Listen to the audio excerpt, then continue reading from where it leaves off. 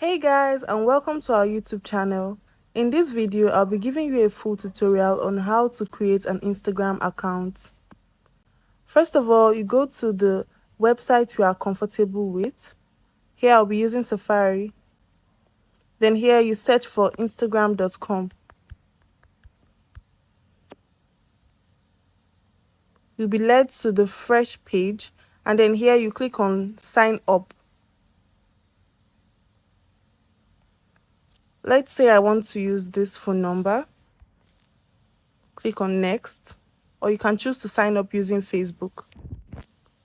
A confirmation code will be sent to the number that you imputed. You impute the number and click on next. Then you write your full name, create a password. Then click next.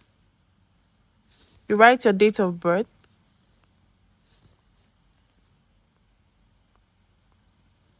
Then click next. Instagram will then generate a username for you. But if you don't like to use the username generated, you can create yours.